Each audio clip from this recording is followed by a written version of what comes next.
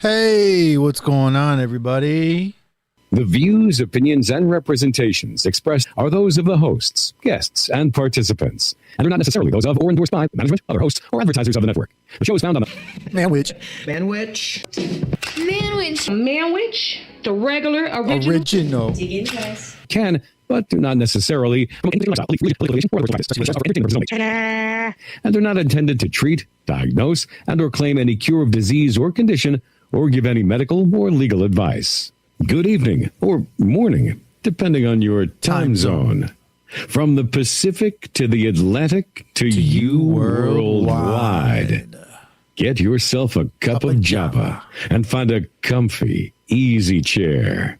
And get ready for my Manwich on Podcast Talk Radio After Dark. And now, It's rich. And that's all I have to say about that. Ta-da! All right, everybody. Well, we have Greys. We're going to dissect, without getting into an alien autopsy, what are Greys? Where are they from? And what's this really all about? Briefly, that is, briefly. Because I have my own opinions. I have my own take on what aliens really are. Demons. But with that said, let's get into it. Did you know that the Greys, who are the popularly known avatar for aliens or extraterrestrials, are a group of cloned slaves created by the Checker Empire in their genetic breeding programs? Those commonly referred to as Greys, owing to their grey and sometimes brown appearance skin color and slender, elongated head features, typically belong to the reptoid category, although there are also smaller populations of insectoid DNA, saurian amphibian, or vegetal varieties. Who writes this They stuff? can be categorized by small or tall heights. These beings exhibit reptilian, vertically slit eyes, often concealed behind biometrical dark lenses. A significant portion of Greys are products of genetic engineering, biosynthetic entities, clones, cybernetically enhanced or integrated into human environments on conquered planets. Many of the Grey clones are usually emotionless. Their motives vary widely, with not all being involved in abductions or experimentation, and not all displaying malevolent tendencies like those from the Orion Alliance, exemplified by the Solipsi Rai, a peaceful and benevolent species coerced and enslaved by the Orion and Chakra empires. Unfortunately, the Greys as a whole have garnered a negative reputation, primarily due to their association with reptoids and their penchant for conquest, terrorizing and enslaving various Grey factions. Their technology varies from system to system, but they are interdimensional travelers at the level of Tier 4. Among the myriad races classified as Greys, only 27 are known to visit Earth, with 22 actively engaged for diverse reasons. The story of the Greys goes back to the ancient Orion-Lyran Wars, spanning multiple galaxies millions of years ago. Draconian reptilians engineered various non-plasmic life forms, including Grey clones where they were initially enslaved by them. Eventually, these clones rebelled against the Draconian reptilians, their creators, sparking conflicts across Orion and Pleiades, leading to significant losses and dispersal among the Grey clone army. Seeking to preserve their genetic lineage, Greys journey to Earth, abducting humans to create hybrids, as seen in the Essassani group. Youthful Greys with human-like hair living on a nearby peaceful island planet in the 5th dimension. On their planet, their frequency vibrates at the 5th level. They have a society that has no war, nor death, nor crime, or poverty. They have one group of appointed councils who represent the people. Their planet has a nice temperate changes similar to Earth, however. The oxygen levels are much higher.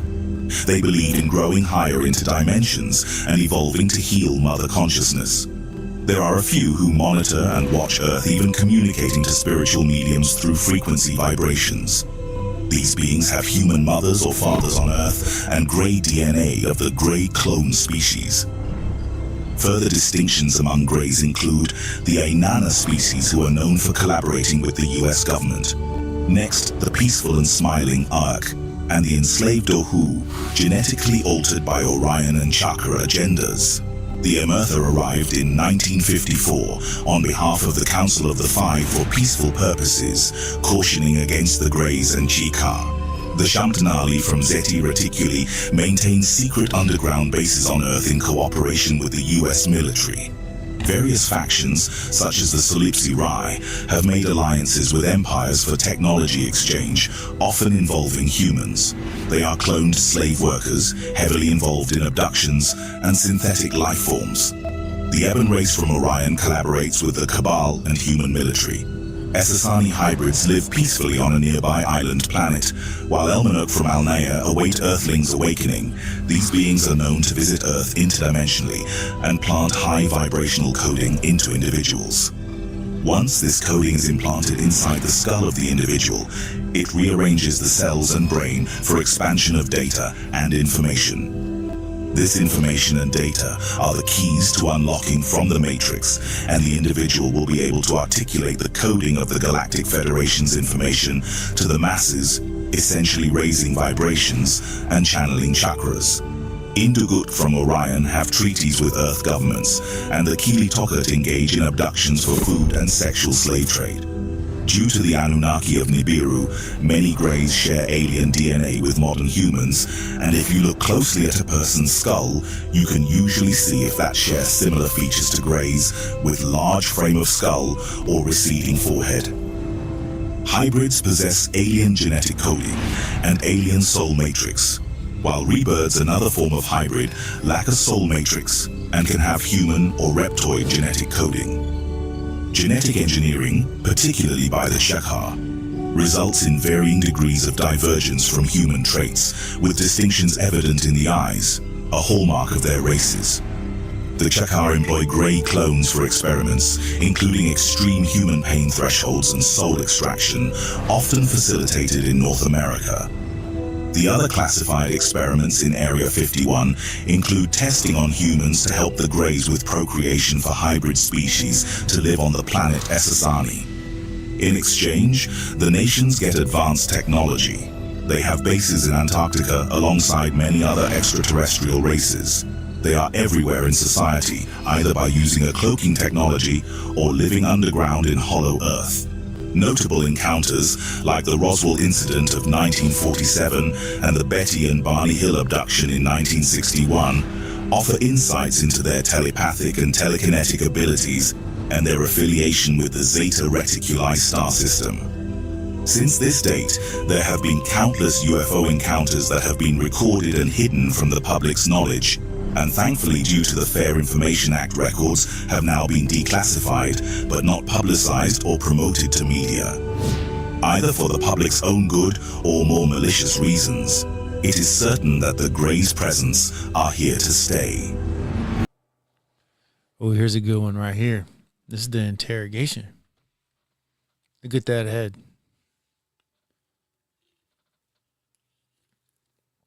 Only a mother could hit a head that big.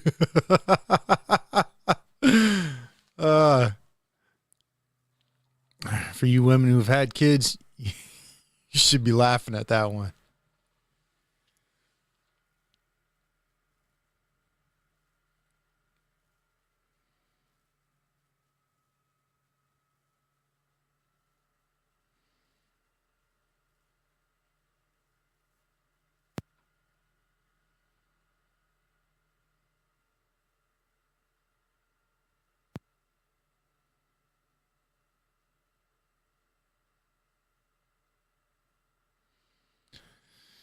This looks fake.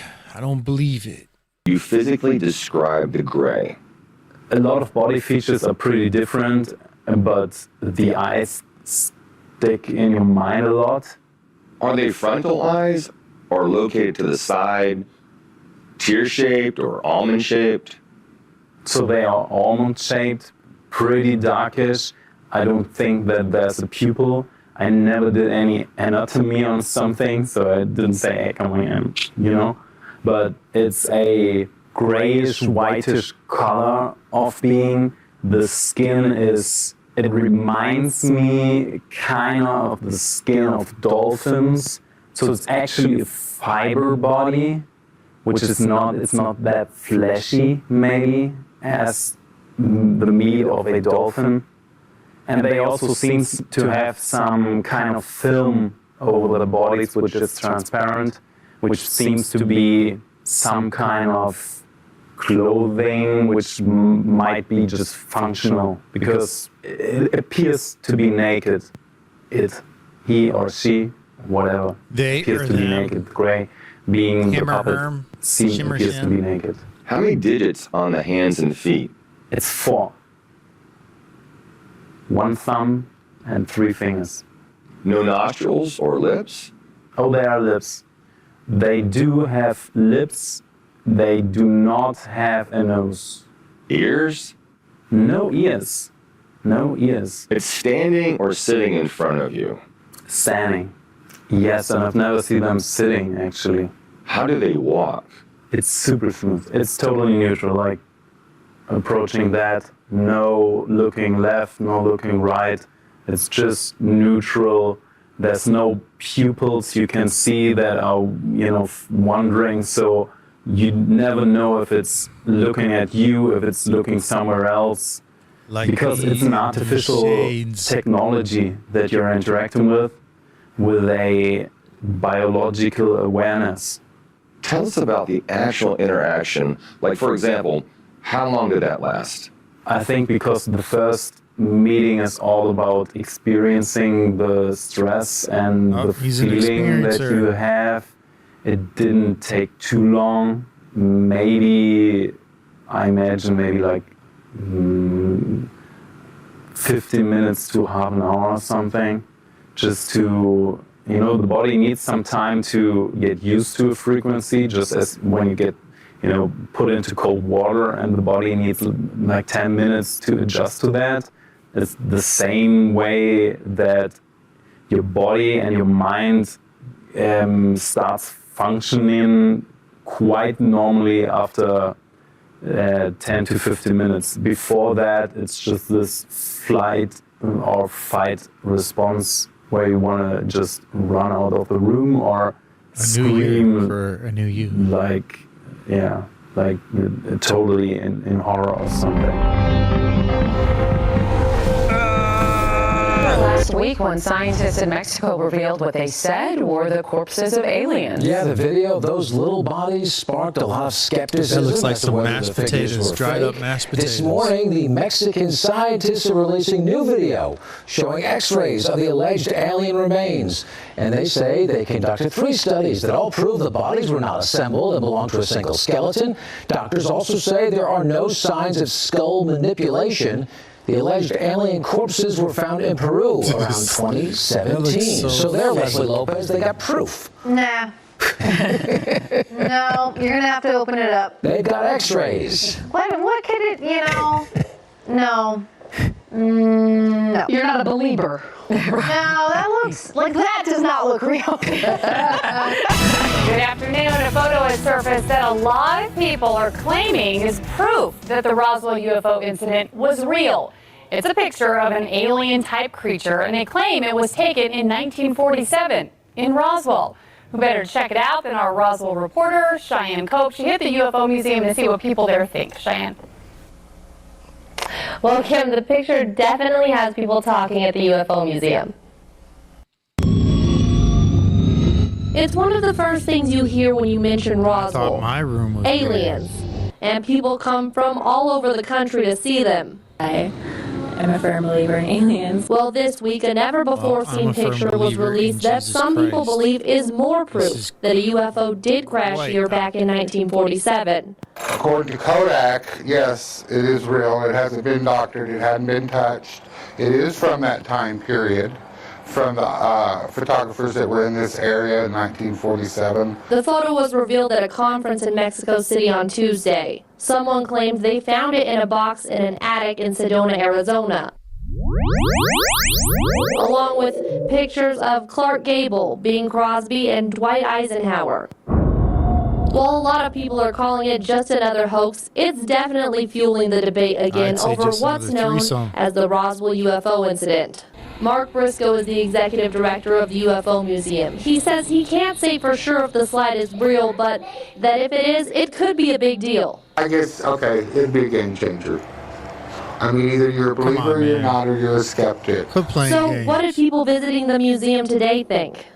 I think that horse is more real. Skeptical. Of course, it's a lot more fun to believe it could have been aliens. This guy's from Star Trek. So no, I can't say I believe one way or the other, but I'm definitely open-minded about it. I think it would be I think you're too open-minded. really like silly not to believe that there's something out there other than us.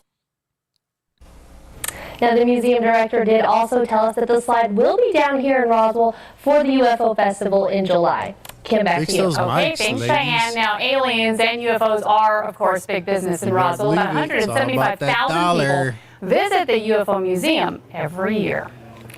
Oh, next it was about child abuse. I feel like I've been abused. I feel like my mind and my eyes were abused right now.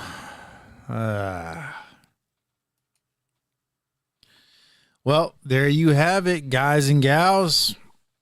What do you believe? Leave your comments. Don't forget to like and subscribe to the show, The Manwich Show. And with that said, good night. And Lord willing, we'll be back tomorrow. Whoa. Tomorrow. So